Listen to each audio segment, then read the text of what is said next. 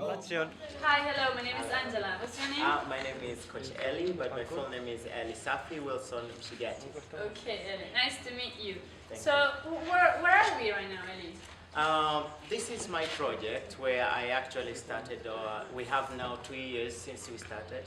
Our name is Moshi Street Kids Soccer Academy. Would I even say that again? Is Moshi Street Kids Soccer Academy. The name Moshi is because this place called Moshi. This is the area we are coming from. Is called Moshi. And street kids because these are the kids from different streets. So it's not only from Moshi, but we have people from different areas coming to play here at Moskisa. So, and according to the definition of United Nations, when we say street, it doesn't mean like they don't have homes. Okay. But there's those who don't have homes, quite few of them, but majority of them, they have their homes, but during the day, some of them, they don't go to school, so most of the day they stay in the street, they don't have anything to do. And for those who now have dreamed to become footballers, that's when in the evening they come here for training station. So that's why we started. That's why we started Moskisa, like Moshi Street Kids Soccer Academy, to bring all the street kids together who have a dream to become footballers, professional footballers, and they can try to explore that opportunity that it is there for them. Okay. You said that you started like 3 years ago? Yeah, 2 years ago. 2 years ago. How did you start? What did you have in mind when you started? Why did you start it? That's a very important question because I myself am a very good footballer, so to say, because I started to play football in a local teams. Okay. I started to be a goalkeeper, and then I realized, no, I'm short, so I cannot be a good goalkeeper. Okay. So I moved to defense. Later on, I realized, okay, defenders, they need to be big. So I had to change that position. I moved to strikers, and I realized, strikers also, you need to be like physical, strong, and Yeah. But later on, I play as a midfielder. And I became good at that because I was watching Frank Lampard, Paul Scholes, Xavi, Iniesta. Those are like great midfielders of that time. And I learned a couple of skills from them, and I advanced from that. And then because of lack of family support, I'm staying with my mother only. They divorced a long time ago, even when I was very little. So I had very little support from my mother because my mother, as all African families, what they believe football is a waste of time. Although we have professional footballers from Africa playing abroad, but most of them think and believe that only education to their children is the way forward to a successful life. Yeah. So my mother always told me, no, you cannot go to play football. So she stopped me from going to do that. But I was trying to, like, if I get time, I just go.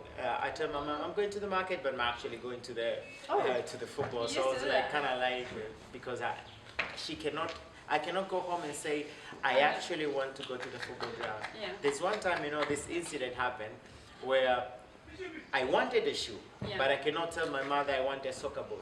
Okay. So when I go back during the holiday, I told my mom, okay, Mom, can I have money to buy shoes? So my mom thought it was like school shoe. Okay.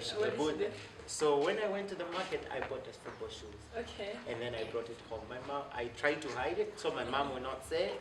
But she asked me, I need to see the shoe that you bought. So I gave it to her. I said, no, why did you buy the football shoes? So, but the moment I bought, I realized in Africa, when you buy things from the market, you cannot return it back. Okay. So definitely I will get punishment. Yeah. Which one was it? She slapped me and she used the stick, the African, the way they do it. Okay. But at the end of the day, I had the shoe. So you kept them. I kept them, so I used to train with that. And then time passes by, and then I realized my time was done. Despite the talent that I have, people say that I'm very talented, but my age was gone by then. I didn't have time. Football is. Because you need at least when you are 20 or 23, you need to be professional already. But I was over that age, so I was past time. Okay. So I asked myself, what can I do to help this community? Because I know before me that a lot of kids who had dream never accomplished it. Yeah. And then after me, definitely there will be millions of them who have this dream to become footballers, and then they will never achieve their dreams. So I say, let me take an oath to make sure that I call it an oath because it needs a lot of commitment to do that, because you need a lot of facility, and here it's impossible with the finances and challenge that we have. So I said I'll start a football team, but before that I needed experience. So I went to one of the local teams here. They call it's a football academy or something. But I tried to work with kids during that time when I was there. I think it was almost 5 years. But I helped even their team to be promoted to Division 2, local team Division 2, and it's a national level. But at the end of the day, when we had that team, they started to like ignore the younger ones. So they started to focus more into the big, older group. The ones that were ready. Yeah, those who are ready, and obviously we play for games. When you go for games, you make more money. Yeah, that's what they wanted that. But I kept insisting, reminding them why we started that academy then. But nobody wanted to agree with the idea that I have. They were pushing them away. Then I had a final meeting with them. I told them, okay, it's okay. I can let you go with the big group, but I can stay with the younger ones. I organize everything, but I will still report to you everything. So I'll be like just a director, and because I'll be hired, like not receiving any salary. I'll be just helping you, and anything that I need to do has to be approved by you. But they realized, okay, maybe this guy wants to do something different. But I thought, okay, fine. If you don't do that, I'll go and open my own academy to help the younger group that actually need more help from us. So they say, okay, we'll get back to you. They never did. So I decided after 2 months, I stayed without anything football-wise. So after 2 months, I decided to start my own academy. So this is how it came about me being in these kids' shoes and help them to achieve that goal. Because one day, if one player successful go to Europe, definitely is me being there. Because it's like my fulfilling impact your own into them. dream. Exactly. For them being there, they're fulfilling my dreams, which is really encouraging. So you started everything by your own, so by yourself? Yeah, when I started myself as a coach. Because here, if you ask people to volunteer, it's very grateful that you're all here, and more volunteers will come and welcome them to Moskisa. But here, when you ask people to come to do things without being paid, they kind of like, no, this is also a waste of time, they're not going to get anywhere. So I started myself, and to show people that this is possible. It is possible, So I did a lot of things. These kids a lot of needs. They need shoes, they need soccer balls, coats, beads, jerseys. They need transport back and forth, go home and come here. During the match day also they need also transport. Sometimes they don't have food, you need to buy food for them. So it's a lot of things that you need to do. So because I was working at International School Moshi, so I was earning some salary. So I was using my salary to help these kids. So if I receive my salary maybe at the end of the month, so I say, okay, this end of the month I'll buy maybe 2 shoes or one particular jersey to help a kid who is in need, because I cannot do at once. So I try to do maybe month-wise. When I receive my salary, I can help each of the kids. So that was at the beginning, but right now, do you receive any kind of help, or is it still just you? At the moment now, I've organized, I have a coach for the younger ones, because I forgot to mention this. We have a group now of 50 kids. 50 kids, Wow. because we have like under 12, under 15, under 17, and older group which is under 23, which is competing now at the league. So having all this group, you cannot be one coach coaching all these kids. It's too much impossible. work. So I have distributed the job to other coaches who volunteer. It's only one goalkeeper coaches and another senior who is a player, not playing for us, but is a senior who is like interested in coaching. So I assist him in how to do coaching for the younger ones, how you can take care of the younger ones. So he's assisting us. Also, sometimes for the young ones, I take the captain for the seniors. So they do coaching for the Yeah, younger that is a ones. good idea. Yeah, so we train within. Yeah, So exactly. because if you ask other people, they'll definitely. I've gone to so many coaches here who have certificate. They say, no, if you need me to train your team, you need to pay me. So we do training within where I give them the materials, I walk with them, I come with them during the training, I show them how you handle the kids, how you do drills for the younger ones. So that's how they do it. Okay. How do you do it with the money? Like to keep this going? Do you need to pay for this? Are you renting this place or? This is the public field where it's owned by the government. But unfortunately, there's one guy who claimed this. He has been given this field by the government, so he can come anytime and take us away and go. Does it happen very often? Very. I honestly say that it happens often. So not having a football pitch. He called me yesterday. Yeah. He told me, hey, you have to get ready on Monday. I'll be starting to use the field. So you have to find a different place where you can actually train. And when that happened, where did you go? Where did you go? So with their schools, I have already made a call to one of the school, public school, government school. I asked them if they can allow us maybe 3 days or 4 days a week where we can also train. And that's how but we're looking for a permanent area where we can train. As one of the boys here, I heard him saying that we need a camp, which means that we need a school, because Moskisa, the whole idea of academy is to have our own compound, our own facility, field, dorms, classes, because not only football that we do also different other programs. Yeah. We just use football as a means to bring them because they love football. Yeah. So when they come and play, maybe some of the days like today, I know later we'll do the environmental friendly kind of topics and work. So this is how we bring them together. So it's nearly, sometimes you feel like it's impossible to do this. Yeah. But I always believe that it's never going to be easy. When I started, I realized and I knew it's never going to be easy. So sometimes I have to tell the kids honestly, today, I have no money at all. I cannot give you money to go back home. So when I know that happens, I have to dismiss them very early. So maybe we train from 4 to 5, they go back home early because they have to walk. Some of them... Do they work? Some of them? Like walk back home. Oh, walk, sorry, yeah. So they have to like walk back home, which takes, some of them will take them like half an hour, 1 hour, just walking back home because they stay very far from here. But they come here for one reason. They believe on what I do. They see my commitment. They see that whenever I have something, I always share with them.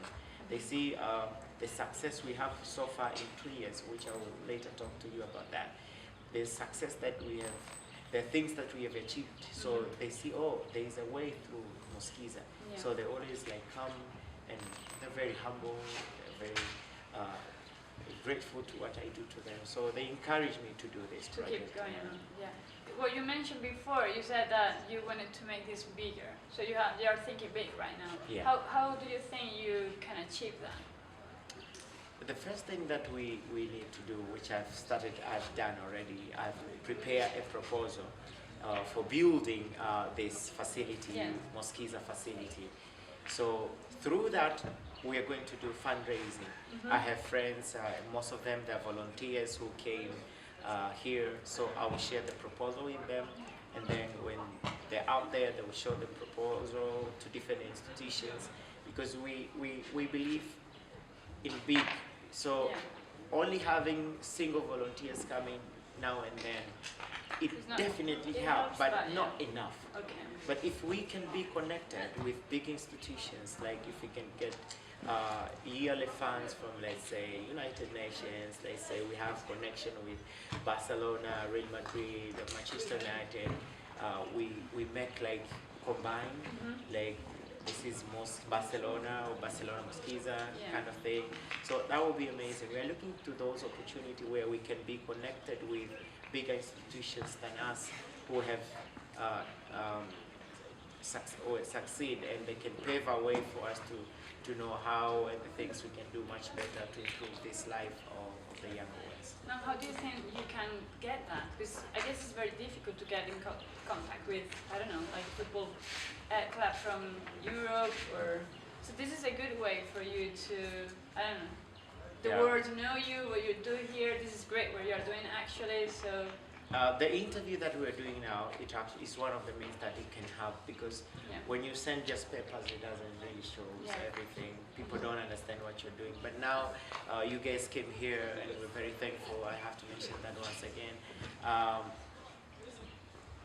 Our mission will be seen to the world now. Yeah. And the people who are out there, we really need your help. There's a lot of kids who are here who have dreamed to become footballers, and definitely they're very talented. But the couple of volunteers who comes and say, I need to help this kid. So far we have got one lady from Germany who she was very willing to sponsor one of the girls. She'll be traveling, I think, next year after she finished her Form 4 exams. Okay. So we have these people who are willing to help. So this video, this documentary, will definitely help to reach the different people who have means to help us. And we believe that we have, in this world, we have people with good heart. We are reaching out to them that they can help us. Okay, very good. So just in general, what we need are volunteers here, some money if possible. Fundraising. Yeah. And when you come, like if you have a big group, we can do a different way of fundraising. Maybe we have a march, and then we make fundraising through games and stuff like that. Okay. And this is I have to mention this. This is if not for that, I will never do this, because I tried it at the beginning. So far, we have got a kid at International School Moshi who has, in a Form 4 NECT exam, he managed to be at the 7th national-wise. Oh, wow. Because here, we don't only focus on football.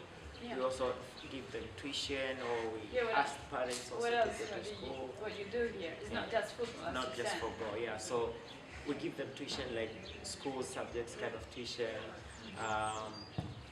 Or sometimes we insist on parents to give them that tuition, pay for the tuition for those who can afford.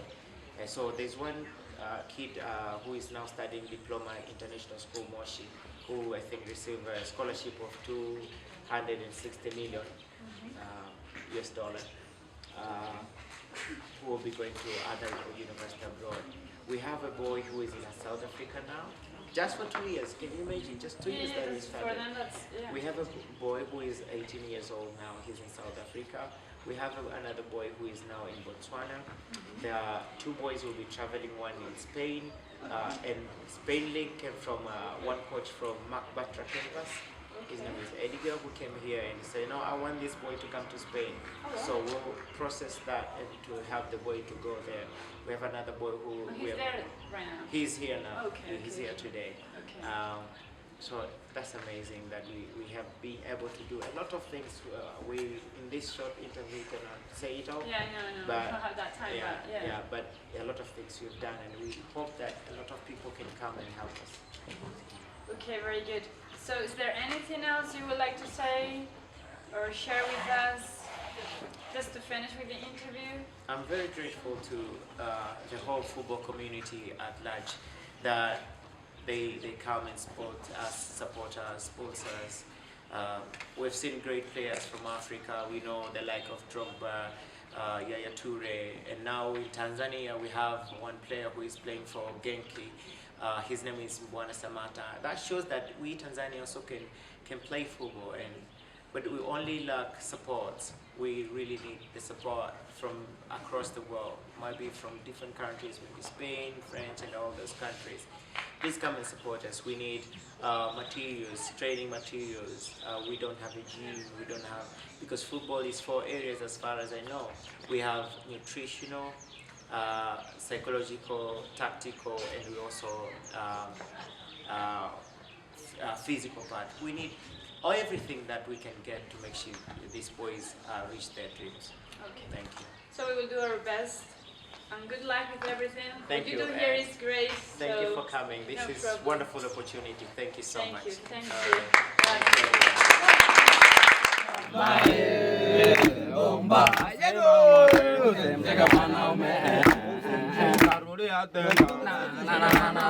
Bye.